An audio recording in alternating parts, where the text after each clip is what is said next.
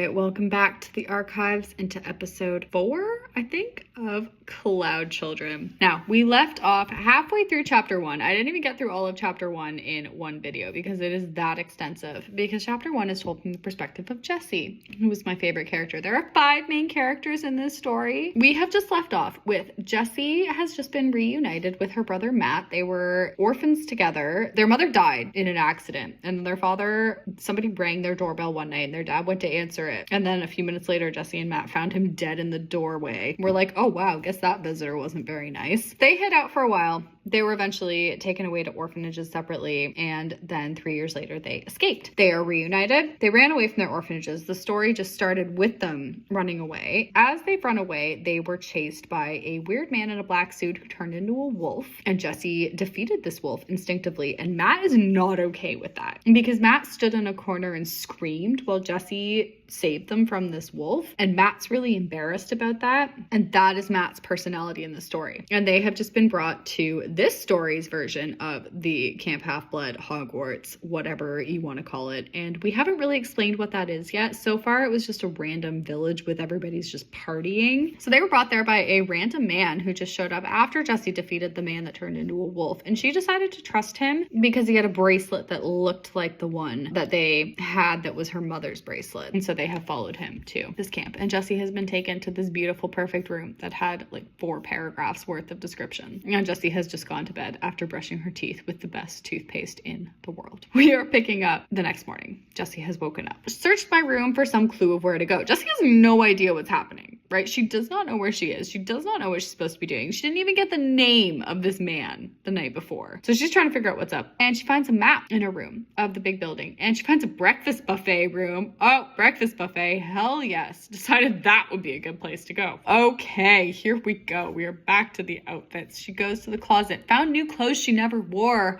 Oh my god. The orphanage required all females to wear a white gown, so I wasn't used to jean shorts and tank tops. So Jessie is wearing red jean shorts and a blue tank top and sandals, and she brushes her long hair that was not caramel colored. Oh, brushed her teeth again, but we don't talk about the toothpaste this time specifically. Jessie goes downstairs. She finds the breakfast buffet room. Huge table heaped with food, but it does not say what she gets for breakfast. Again, outfits and food were the big things. Jessie! Somebody calls her. Oh, and she turns to see the man from the night before. I think we're about to get our explanation. Our big exposition scene where we find out what the hell is going on 20 pages in. Jessie goes to the man. He says, "Good morning, my dear. How are you today?" She says, "I'm good, sir. How about you?" The guy says, "Jessie, my dear girl, you have no need to call me sir. I have a name, you know." Does he? He is not at any point given them a name. Oh, and Jessie says she gets the feeling that she knows him. Seth. Okay.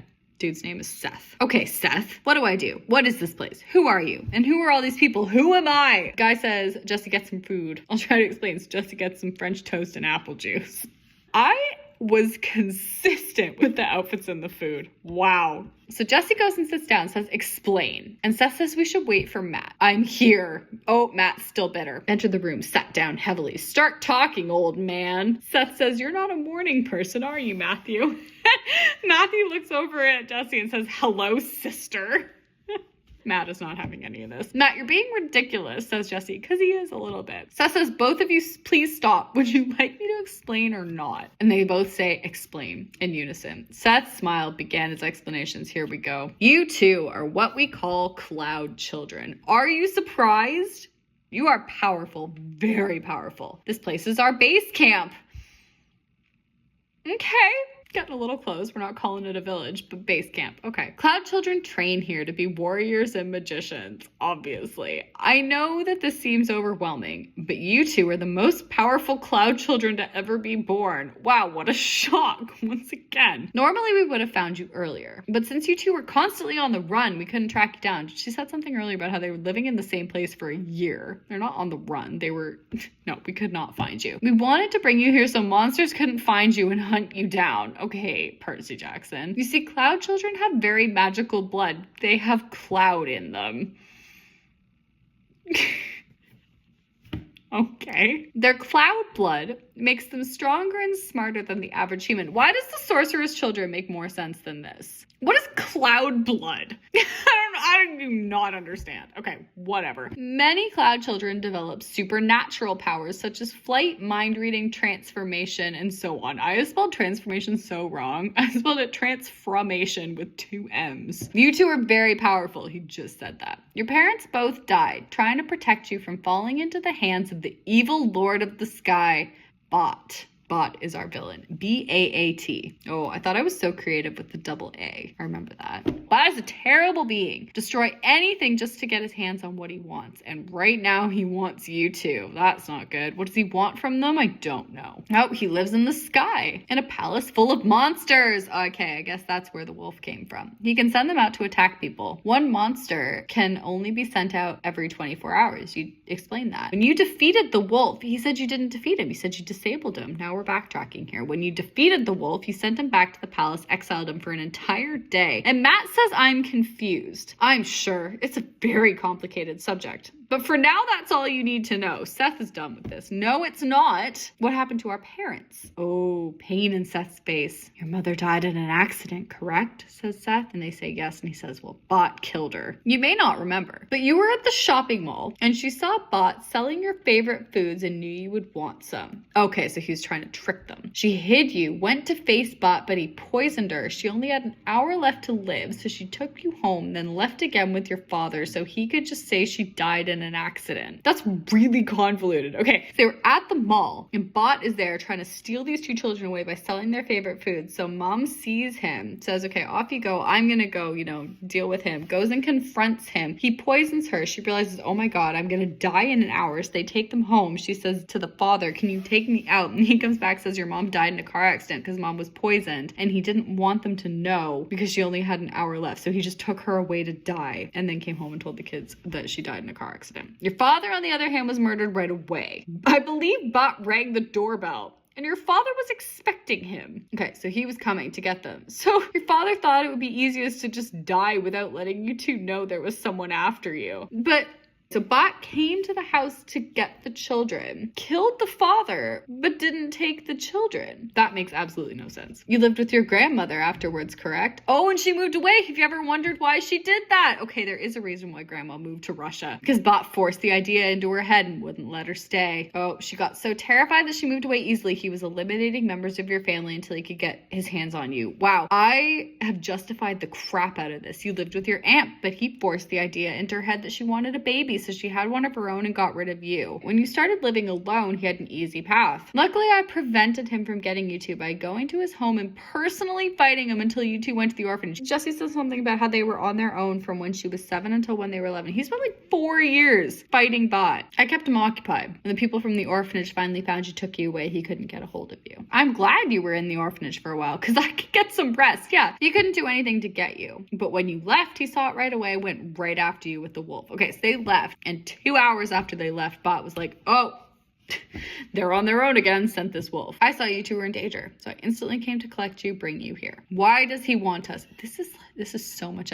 We are just making this as clear as we possibly can. There is no mystery here anymore. This is it, one and done. Okay, why does he want us? Says Jesse. You 2 are very powerful. Once you realize your potential, you become a great threat to his empire. I don't know why. Oh, okay. So once Jesse and Matt figure out how to harness their cloud magic, they're a great threat to him unless he can get them first and train him his way. Then he'd be able to use you to tear down all the good in the world and bring his kingdom to the top. Okay, so he's the evil force and he wanted to get to them before the good could get to them so he could train them. If you were to train with him, we wouldn't stand a chance here. And now that we have you, we can train you and he's gonna go down in a blaze of light. He's also very strong, though he is more than a cloud child. Oh, what is he? Oh, his power might match yours, so it will be a battle to the death. And Matt says, how does one become a cloud child? Oh, picking at a croissant. Matt's having a croissant for breakfast. A long time ago. Okay, now we're getting to the history. All right. 2 families were doing some experiments, and they managed to get cloud blood into themselves. What is cloud blood? Gets passed along to their children, and then their children's children ad infinitum.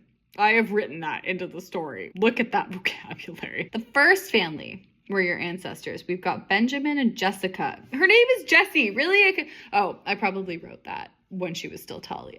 Okay, and then they had Jane and William as children. Oh, okay, I was about to say Jane and William got married to each other. No, they got married to other people. We have specified that. That's good. Family spread. Each child born had cloud blood in their veins. Okay, so they're just multiplying. Okay, so there's two families. One of them is Benjamin and Jessica. The other one is Lily and Jackson. What is it with Lilies? There's a Lily. I'm pretty sure there's a Lily in The Sorcerer's Children. And obviously there's a Lily in Beautiful Lives. That's not... I'd forgotten about all of this. But I'm pretty sure there is a Lily or a Lilia or something in The Sorcerer's Children. And there's a Lily here. There's not a Lily in The Mystery Man, though. And there's not a Lily in the original Beautiful Lives. Oh, the other family was also your ancestors, though. That's why they're powerful. Because both families are their ancestors. How does that work? Okay. Oh, the other family. So Lily and Jackson turned into an evil clan led by Bat, who is a... Oh, Bat's a magician, not a cloud child. What? Oh, I don't know what that means. I'm Bat's equal on the good side. So does that mean that this dude, Seth, is also a magician but not a cloud child? I don't know what the difference is, but apparently, okay, so we've got good and evil. There is no in between. We've got good, we have got evil. Bat is evil, Seth is good. Mother was descended from Benjamin and Jessica, the good ones, and father was descended from Lily and Jackson. Your parents were the first people to ever marry from different sides of the ongoing battle. Oh, Romeo and Juliet style. You two have cloud blood from two different families, which makes you insanely powerful.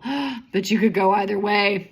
They could be good or evil. Jesse then asks, was our dad evil? Oh, no, my dear girl. Not everyone born from Lily and Jackson are evil. Just as not everyone from Benjamin and Jessica are good. Complicated. Your parents were on our side, even though your father was not born into your family. Don't worry, he was not evil. In case you were worried. What can we do with our cloud blood? God knows. I'm not sure yet, says Seth. And this gives us our cue to start your training. That is enough explanation. Come on, let's go discover your powers. Holy shit, Jesse's chapter is long. Nobody else gets chapters this long. So Jesse and Matt are cloud children. Obviously the other three characters are cloud children, and obviously it's the same thing because they're all last named Prince. They're obviously all descended from the same people. That is the extremely convoluted description. Do you understand? I'm not sure I do. They have cloud blood, basically. Whatever that means. That is the end of the episode. We will be back. We are still on Jesse's chapter. Like I said, I love Jesse so much that, hang on. Let's quickly, before I stop the episode here, let's just calculate. Jesse's chapter starts on page 12 and goes to page, oh my God, 36. Jesse has a 20-page chapter because that's how much I loved her. All right. So Jesse and Matt are cloud children. They are super, super powerful, and we are going to go discover their powers in the next episode.